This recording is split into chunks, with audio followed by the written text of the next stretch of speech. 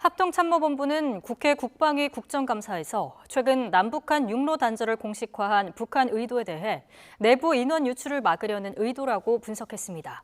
여야 모두 북한의 계속된 쓰레기 풍선 살포와 적대적 두 국강론 등 이딴 조치로 인해서 긴장이 고조됐다는 데 공감했지만 해법엔 이견을 보였습니다. 보도에 김대겸 기자입니다.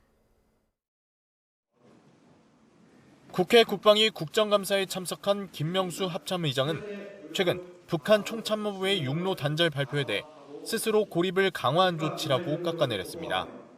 이어 북한의 이러한 조치는 이미 지난해부터 시작돼 지난 8월 마무리됐고 뒤늦게 정당성 확보 차원에서 이를 공식화한 거라고 분석했습니다.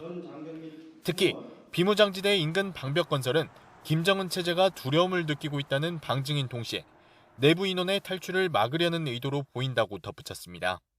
정권의 두려움에 대해서 외부 유입 차단, 또 내부의 인원이 외부로서의 유출을 탈출이라는 것을 차단하기 위한 조치가 아닌가 그런 생각이 듭니다. 여야 모두 이 같은 북한 조치로 인해 남북 간 긴장 수위가 높아졌다는 데 공감했지만 해법엔 이견을 보였습니다.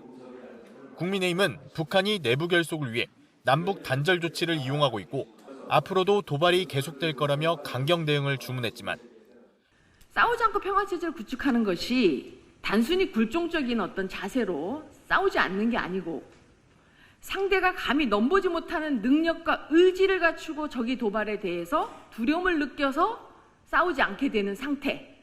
민주당 등 야당은 윤석열 정부의 긴장 고조로 인해 전쟁 위험성이 그 어느 때보다 높아지고 있고 한미일 협력 역시 우리 측 실익을 제대로 챙기지 못했다고 비판했습니다.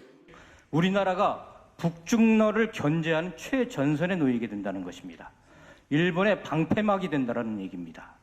한반도가 미중 패권 전쟁의 한복판에 선다는 것이고 현 정부의 대북 정책을 비판하는 과정에서 전쟁광이란 표현을 두고 고성이 오가기도 했습니다. 가장 중요한 건 전쟁의 억제죠. 이런 부분을 합참이 간과하게 되면 결국은 전쟁광으로 갈 수밖에 없는 거예요. 남북이 다. 전쟁광이라고 비춰줄 수 있다 이렇게 얘기하셨지 않습니까? 저희들이 북쪽에 대해서 전쟁 행위를 한다는 그런 개념은 아니다. 이 말씀을 제가 우려해서 말씀드린 것.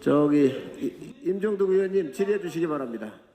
여야는 이 밖에도 전임 문재인 정부 당시 9.19 남북 군사합의에 따른 조치로 북한 최전방 감시초소 지하시설을 파괴했다는 당시 발표 내용의 진실 여부를 두고도 공방을 벌였습니다.